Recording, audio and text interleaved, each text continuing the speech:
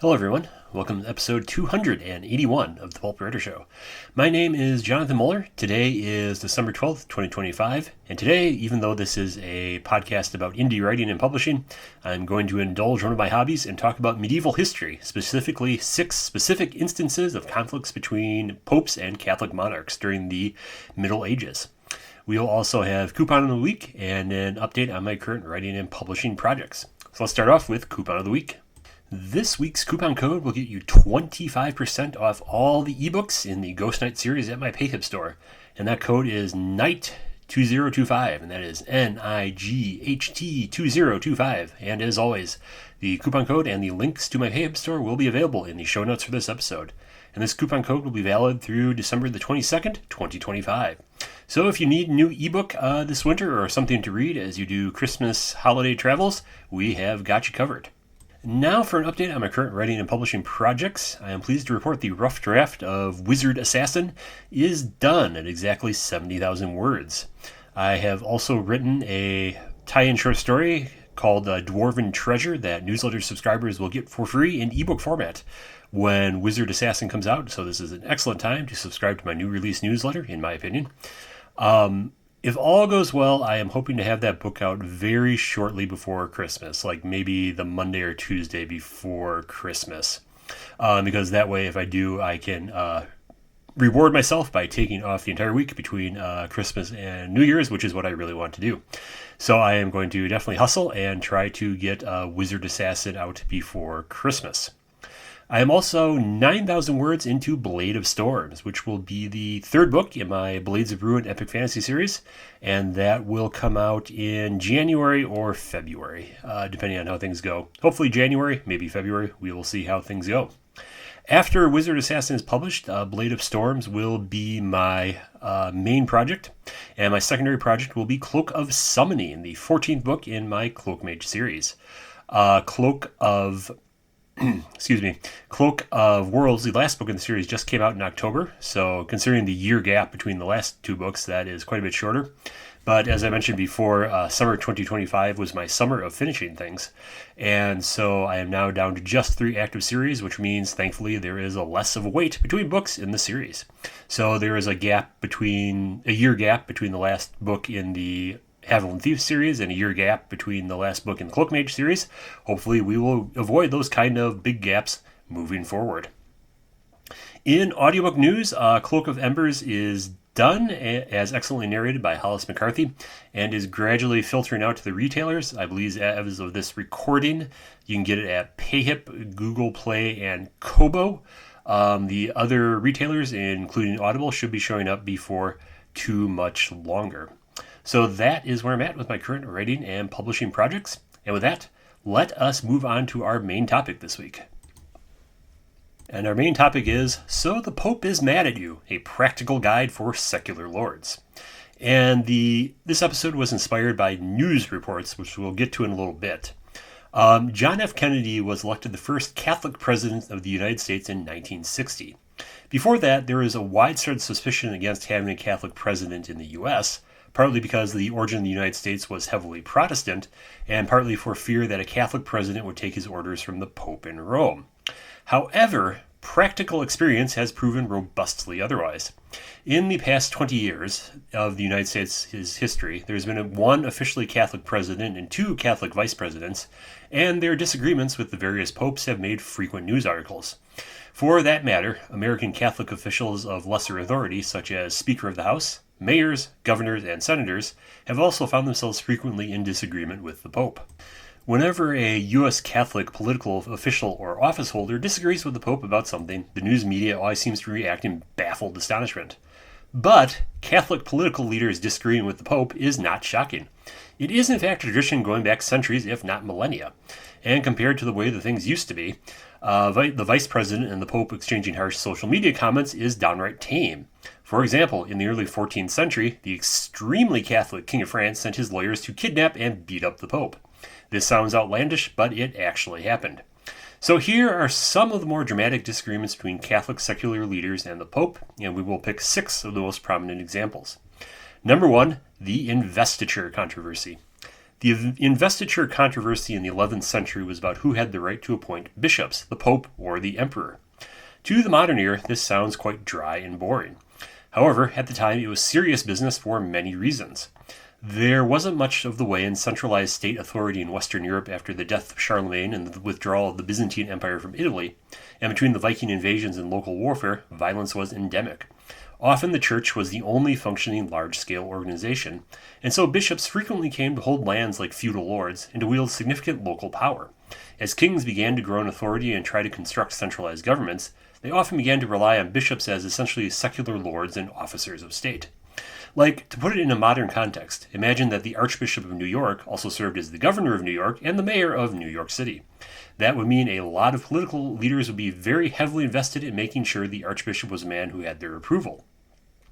Naturally, then, the king had a very strong interest in appointing the bishops to make sure they were reliable men, or at least men on his side. Of course, this involved a good deal of corruption, which reformers in the church condemned as simony, the buying and selling of church offices. The name comes from the apostles' encounter with Simon the sorcerer in the book of Acts, who tried to purchase the power of the Holy Spirit from the apostles. Despite widespread disapproval, simony was essentially standard business through much of the 9th and 10th centuries.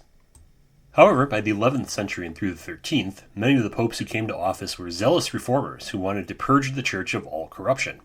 One of them was Gregory VII, who became pope in 1073 AD. Like many of the popes of his time, Gregory VII was an energetic reformer, which quickly brought him into conflict with Henry IV, the king of Germany who wanted to be anointed Holy Roman Emperor. Both Henry and Gregory wanted to strengthen their respective domains, which led to them officially deposing one another. However, Gregory had greater moral authority on his side, and many of Henry's nobles disliked their king a great deal. An excommunication from the Pope gave them all the excuse they needed to move against Henry. Gregory sheltered with his ally Countess Matilda of Tuscany at Canossa, and to lift the excommunication, Henry famously stood barefoot in the snow wearing a hair shirt. Gregory was suspicious, but eventually he succumbed to the pressure and forgave Henry. But the pendulum swung back soon enough. Henry crushed his internal rivals, marshaled an army, appointed his own anti-pope, and marched on Rome. Desperate, Gregory called on his ally, the Norman adventurer and warlord Robert Guiscard. Guiscard himself is a fascinating character who went from a landless adventurer from Normandy to ruling Sicily and making war on the Byzantine Empire. Guiscard's army drove off Henry's forces. Neither Henry nor Gregory would have the last laugh, but rather Guiscard, as his troops sacked Rome in the process. The people of Rome blamed Gregory for this, and he had no choice but to flee with Guiscard.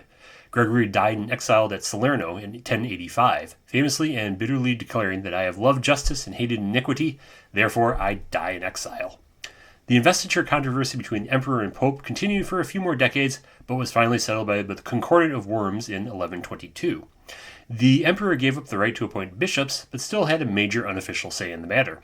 Essentially, canons could elect their own bishop, and monks could elect their own abbots, but if they were smart, they would make sure that their choices were acceptable to the emperor.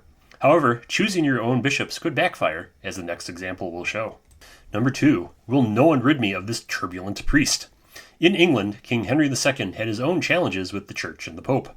Henry II was a vigorous king who faced significant challenges, both in holding on to his extensive territories and ruling in England that had been divided by nearly 20 years of civil war during the conflict between Empress Matilda and King Stephen. Fun fact, I based the Civil War and Blades of Ruin off the war between Matilda and Stephen. Justice had largely broken down during the Civil War, and Henry undertook reforms of the legal machinery of England. He ran into a problem with the church courts. At that time in England, the church essentially had its own courts for trying cases involving clergymen, and all you needed to do to prove that you were a clergyman was to read a sentence of Latin. Naturally, some frequent malefactors used this to escape justice, since the church courts were quite a bit more lenient than the royal ones, since they were not allowed to spill blood. This went on to the point where it became something of a scandal. In the US and UK, there are sometimes scandals when a judge is more lenient with members of his or her own ethnicity or social class than with other defendants. This shocks the conscience, and people frequently experience similar reactions to some of the light sentences given by the church courts to serious criminals. So Henry II rolled out a full-scale program of reform, and he was assisted by his chancellor Thomas Becket, who had started as a relatively low-ranking clerk in the household of the Archbishop of Canterbury. Becket was a good and faithful servant of the king, and when the previous archbishop died, Henry arranged for him to become the new archbishop. However, Becket seems to have undergone a personal crisis of some sort after becoming archbishop, perhaps believing himself unworthy of the office. He resolved this crisis by becoming something of a self-righteous ascetic, and started pursuing the rights of the church and church courts with the same fervor that he had once pursued the king's interests. Henry was shocked and then increasingly angry, and Becket attacked Henry's reform program more and more, finally threatening excommunication and threatening to put England under interdict. Becket fled to take refuge with King Louis VII of France, who understandably did not like Henry very much because Henry had stolen his wife Eleanor of Aquitaine, who, to be fair, had cheerfully allowed herself to be stolen. Pope Alexander III managed to mediate a compromise, and Becket returned to England, but Henry and Becket remained enemies. Events came to a head in 1170 AD when Henry crowned his son, also named Henry, as co-king with him in an effort to, establish the succession. Since he was angry at Becket, he had other clergymen carry out the coronation, which was traditionally done by the Archbishop of Canterbury. Furious, Becket excommunicated all the clergymen involved. Henry, who had a volcanic temper, blew his top at this, the source of the famous quote of, "Will no one rid me of this turbulent priest?" This, however, is a paraphrase. According to one of his biographers, who was an eyewitness to events, what Henry actually said was something along the lines of, "What miserable drones and traitors I have nourished and brought up in my household, who let their lord be treated with such shameful contempt by a low-born cleric." Henry seems to have been blowing off steam, but 4 of his knights took this as a royal command. They proceeded to Canterbury and went to arrest Becket in his cathedral. Becket refused to submit to arrest and refused to flee, and the knights killed him before the altar. It is commonly observed that the Middle Ages was a much more physically violent time than our own, with people of all social classes much more willing to employ violence in quarrels than is the norm in the modern U.S. That said, killing an archbishop in his cathedral was a massive scandal that broke every social norm of the time. The murder was a serious blow to Henry's authority. While he may not have ordered Becket's murder, no one actually believed that, and many people found it politically convenient to believe that he had commanded the archbishop's death. Henry's relationship with his family was already strained because of his refusal to share meaningful power, and several of his sons and his wife Eleanor rose in revolt against him. Henry put down the revolt, managed to make peace with his sons, imprisoned his wife, and diffused the crisis over Becket's death by doing penance and praying in front of Becket's tomb. Pope Alexander III declared Becket a saint, and Henry actively encouraged the development of the cult of this new saint. Having to pray and do penance in front of the tomb of a former enemy had to have been galling to a proud man like Henry, but Henry had a keen instinct for political survival, and he came through the crisis of the murder and the revolt of his sons with his crown intact. His son John would not be nearly so savvy. Number 3. So you've sold your kingdom to the Pope. Henry II and his son and heir Richard I were both capable warriors and ruthless leaders. When Richard died, however, his brother John took the throne. John is something of a controversial figure because historians keep constantly reevaluating him, but I think it is, on balance, fair to say that he had all the vices of his father and brother, but none of their virtues. Henry and Richard were ruthless men who crushed their enemies whenever possible, but they also rewarded their friends and had a knack for winning battles. That was probably one of the reasons Henry was so offended at Thomas Becket. He felt he had rewarded Becket and been repaid with self-righteous ingratitude. John had the first part down, but he had an amazing gift for making new enemies, often by breaking his word at the worst possible time, and frequently lost battles. Victories can paper over any number of problems, but John didn't have many victories. To be fair, he also had extraordinary bad luck, but he also did put a lot of work into making that bad luck even worse. Like, if John had been a quarterback in an American football team, he'd be the kind of quarterback who throws a lot of interceptions. Anyway, throughout Henry II's reign, the English crown held large parts of northern France as feudal fiefs. Henry spent a lot of time maintaining control in France, and in the 10 years of his reign, Richard only spent 6 months in England. The rest of his reign was spent campaigning to hold his lands in France. After John became king in 1199 AD, he very swiftly lost control of most of his lands in northern France in 1204 to the King of France, Philip II, who was a much savvier politician than John. Philip had been on the back foot against Henry and Richard for most of his reign, but against John, he had an opponent he could dominate. After 1204, John spent the next decade extracting as much money from England as possible.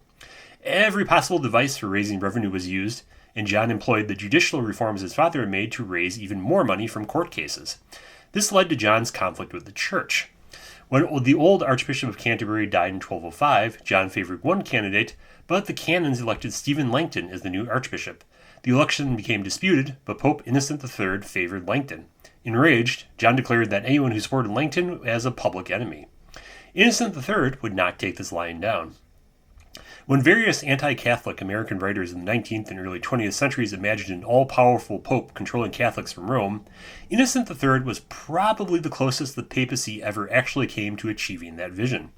Innocent was a savvy enough politician and had enough moral authority that he could sometimes act as sort of an over-king across all of Christendom, and he was frequently involved in international politics. In response to the Langton controversy, Innocent put England under papal interdict. No church services or masses were to be offered in all of England. To ratchet up the pressure, Innocent also declared John deposed and authorized Philip II to overthrow him. However, this is where John's more competent side actually came out. He used the opportunity to loot as much money from the church as possible, and Innocent realized there wasn't actually a lot he could do to force John's compliance. A compromise was reached. John would accept Langton as archbishop and become a vassal of the pope, and Innocent would lift the interdict. By this time, John was unpopular enough that his barons were plotting against him, and Langton swiftly sided with the barons.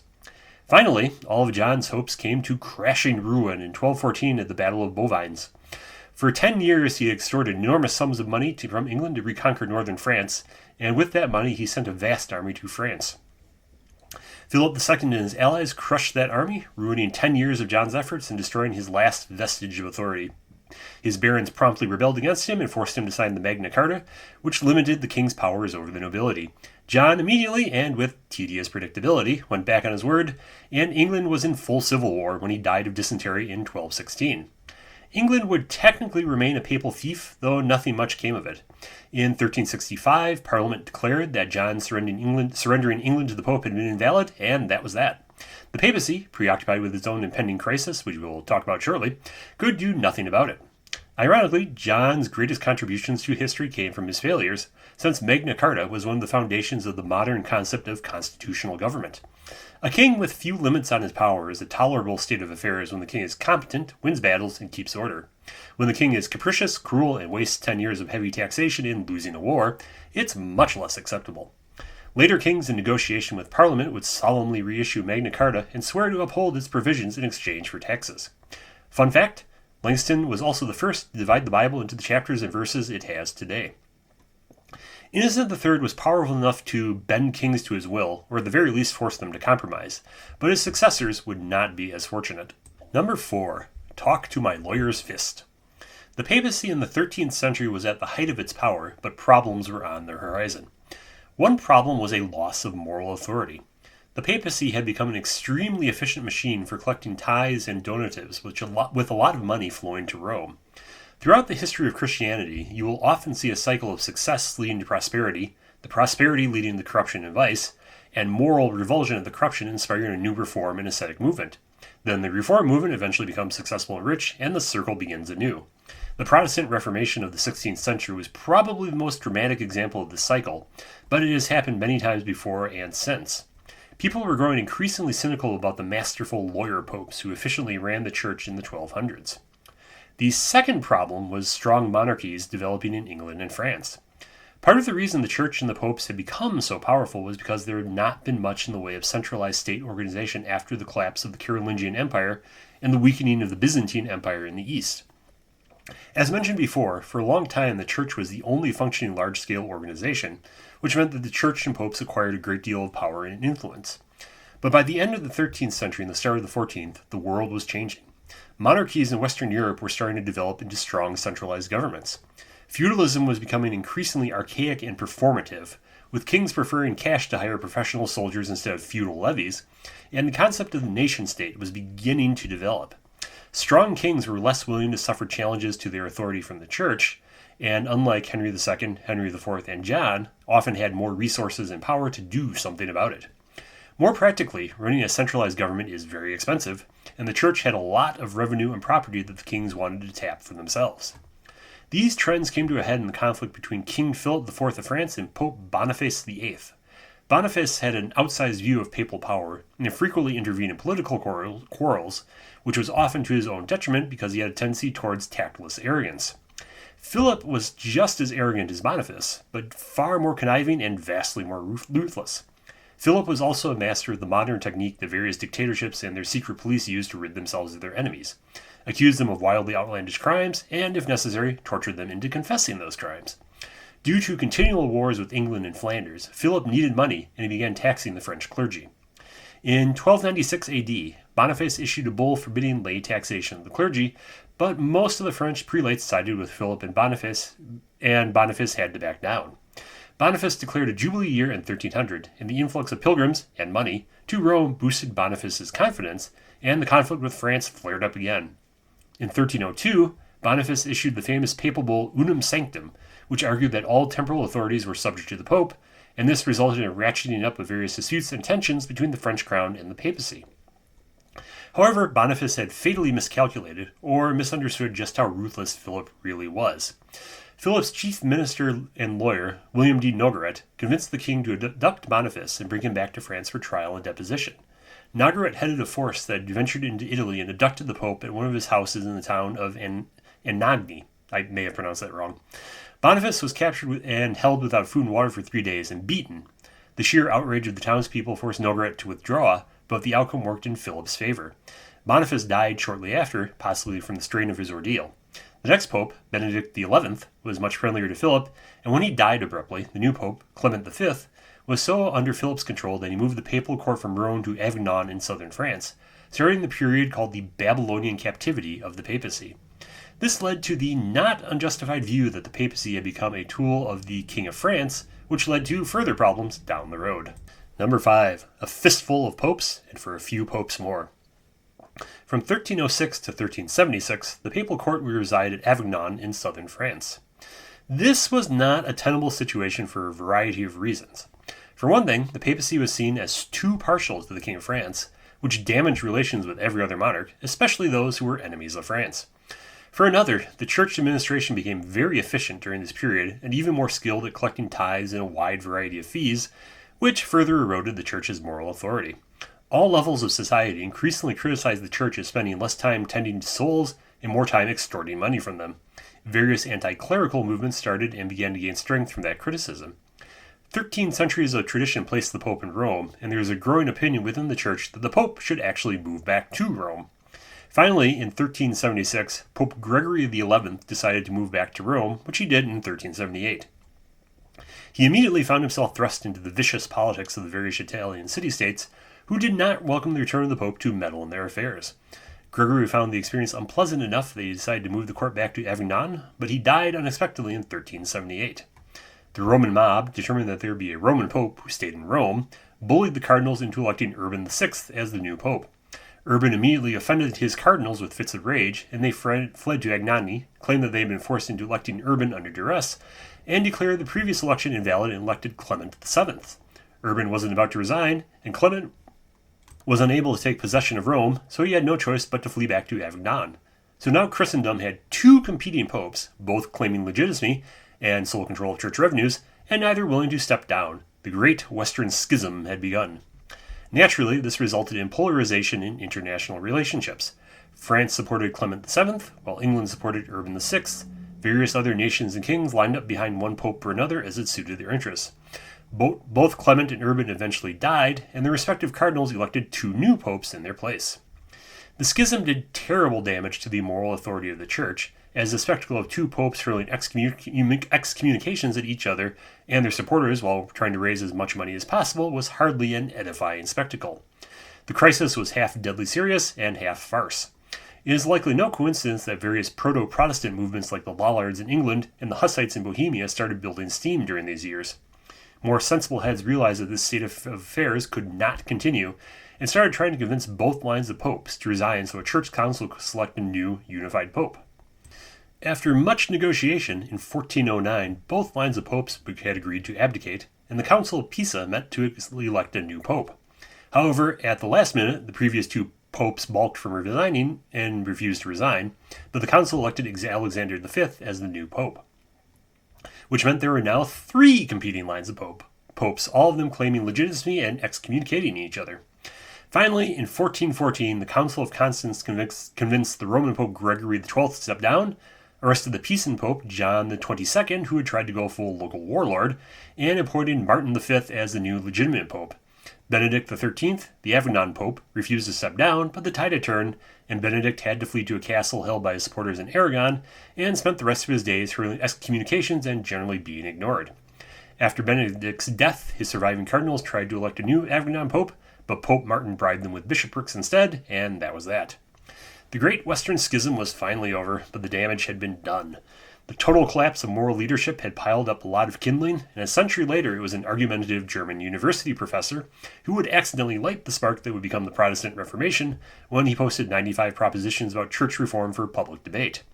It didn't help that many of the post-schism popes were often worldly Renaissance princelings who were more interested in fine living, artwork, occasional enthusiastic debauchery, and waging war to extend the papal states than in spiritual leadership. Popes had once exercised power over kings, but during the Great Schism, the papacy had become a problem and a headache for the kings to manage. The ability of a pope to bend a king to his will had become severely limited, and soon it would be gone entirely. And now for our sixth and final example, screw you guys, I'm starting my own church with divorce and Protestantism. The thing to understand about King Henry VIII of England was that he was genuinely and sincerely religious. He was also colossally self-absorbed and truly believed that he was God's anointed to rule over England. If Henry had been either a little less religious or a little less egotistical, history would have been very different. At first, Henry was staunchly Catholic. He despised Martin Luther, and in 1521 wrote Defense of the Seven Sacraments against Luther. Thomas More helped write it to an unknown degree. Luther fired back with a treatise called Against Henry, King of the English. One gets the impression that if Henry and Luther had lived today, they would have loved social media and spent much time arguing with each other across it. Pope Leo X was so pleased by Defense of the Seven Sacraments that he awarded Henry the title Defender of the Faith, which was perhaps darkly amusing considering what was going to happen next. Henry likely would have been content to remain a Catholic for the rest of his days, but for one of those quirks of fate upon which history so often turns. He didn't have a son, and he really badly needed one. To the modern ear, Henry's obsession with having his son sounds bizarre, but England had just gone through 30 years of dynastic upheaval and instability during the Wars of the Roses from 1455 to 1485. There were other noble families in England that could exercise a claim to the throne, and Henry was always uneasy about the possibilities of rebellions and coups. Having a male heir would go a long way towards solving that problem. To put it into perspective, for England in Henry's time, a king not having a viable heir was as serious of a crisis as a disputed presidential election would be in 21st century America. Henry's wife, Catherine of Aragon, had originally been betrothed to Henry's older brother Arthur, who had been the expected heir to the crown of England, but he had died unexpectedly, and so Henry had married her instead.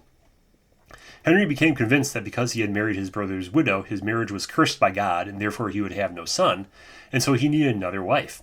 Consequently, he petitioned the Pope to annul his marriage so he could marry again.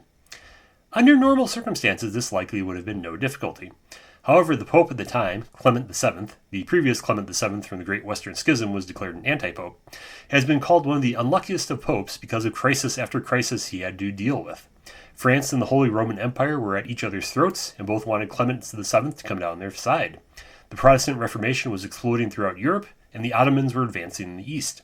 To further compound Clement's woes, Charles V was both Holy Roman Emperor and the King of Spain, which made him the most powerful man in Europe. Catherine of Aragon was Charles's aunt, and because of the vicious politics of the time, Clement was essentially Charles's prisoner. There was absolutely no way Clement could give an annulment so Henry could dissolve his marriage to the emperor's aunt. Clement advised Henry to simply divorce Catherine and remarry, but that was not acceptable to Henry's mind because he wanted an annulment, not a divorce. The distinction was very important to him. In the rumblings of Protestantism at the time, Henry found his answer. The Church of England should not be subject to a distant foreign pope, but under the leadership of the Crown of England. Henry eventually broke away from the Catholic Church, declaring himself supreme head of the Church of England, and annulled his marriage to Catherine of Aragon and married Anne Boleyn instead. Henry and his ministers also used the opportunity to dissolve the monasteries and seize their lands and revenues for themselves, which would have long-term deleterious social consequences because the charity the monasteries had supplied to the poorest residents of England was never really replaced. This did not work out so well for Anne Boleyn. A combination of her inability to produce a son and her forceful advocacy of Protestantism got on the king's nerves, and Henry had her executed on most likely falsified charges of adultery. Philip IV of France would have approved of the technique. After Henry's death, his son Edward VI pursued even more radical Protestantism than Henry ever would have been comfortable with, but after Edward's untimely death, Henry's daughter Mary took the throne and returned England to Rome. But after Mary died, her sister Elizabeth removed the country from the Catholic Church, and this time it stuck. In 2025, earlier this year, King Charles III made headlines for praying with Pope Leo XIV during the official visit to the Vatican, which is a sentence that would have baffled many of the major figures of English history for the last 500 years. So, what can we learn from these 6 examples? So, as we can see, Catholic secular leaders frequently found themselves in conflict with the Pope, and at times even went to war against him. And these are just some of the more prominent examples. The history of the papacy's conflict with the Italian city-states, the Holy Roman Empire, and various kingdoms in Eastern Europe, all of them ostensibly Catholic, could fill, and has filled, countless books. What is interesting is that during conflicts with secular authorities, the Pope usually lost in the end. The secular lords often took significant losses during the conflicts, but usually got their way when things settled, or at least had to come some sort of compromise. In fact, it would have been better for both sides to come to a compromise first. But medieval rulers were often forceful personalities who were only willing to bend when left with no other viable option. So, we can see that the new genre of American Catholic political leaders disagree with the Pope is in fact a long and rich tradition dating back centuries, and relatively mild compared to the days of Henry IV making war on Gregory VII, or Philip IV sending his lawyers to kidnap Boniface VIII. And, of course, when I say that history can inspire fantasy novels, this sort of thing is what I mean. You could probably get dozens of novels out of these events. So that is it for this week. Thank you for indulging my interest in medieval history and allowing me to ramble about it for about a half hour. Thank you for listening to the Pulp Writer Show. I hope you found the show useful. A reminder that you can listen to all the back episodes on https thepulpwritershow.com. If you enjoyed the podcast, please leave a review on your podcasting platform of choice. Stay safe and stay healthy, and we'll see you all next week.